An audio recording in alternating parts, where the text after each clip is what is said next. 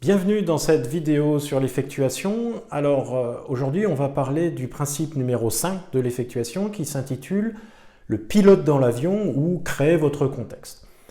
Alors souvent l'entrepreneuriat est présenté comme la capacité à détecter à l'avance des tendances, à anticiper ce qui va se passer sur un marché, et ça traduit généralement une posture plutôt passive, c'est-à-dire que ça induit l'idée que l'entrepreneur ne peut pas faire grand-chose sur l'environnement.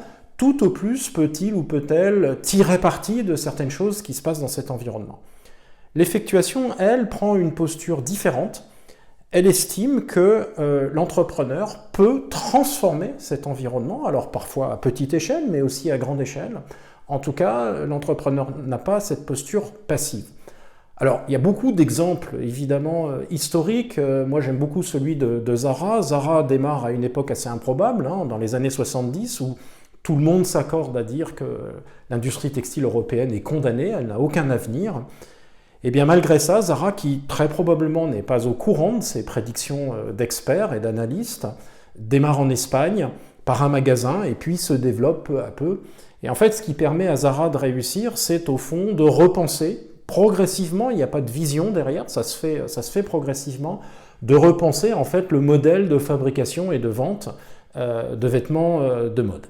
Alors, on pourrait en parler très longtemps, mais vous pouvez vous renseigner. En fait, ce que fait Zara, c'est de repenser la façon dont on fabrique, dont on design, dont on livre les habits. Et donc, elle permet comme ça de compenser des coûts du travail très élevés par des gains à d'autres endroits de la chaîne de valeur.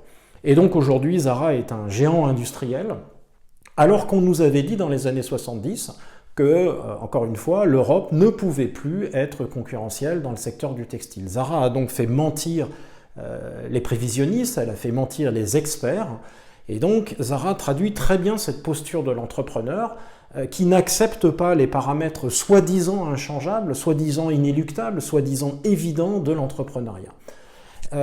Et donc la question, quand vous êtes entrepreneur, c'est pas tellement comment les autres voient l'avenir, c'est pas tellement comment les experts vous disent que l'avenir sera comme ci ou comme ça.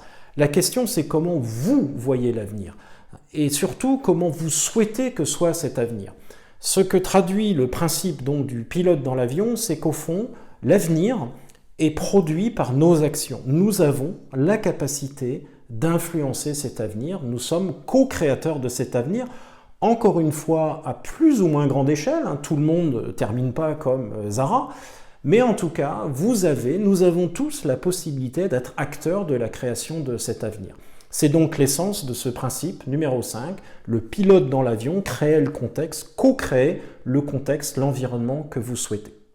Merci beaucoup et à bientôt pour une autre vidéo sur l'effectuation.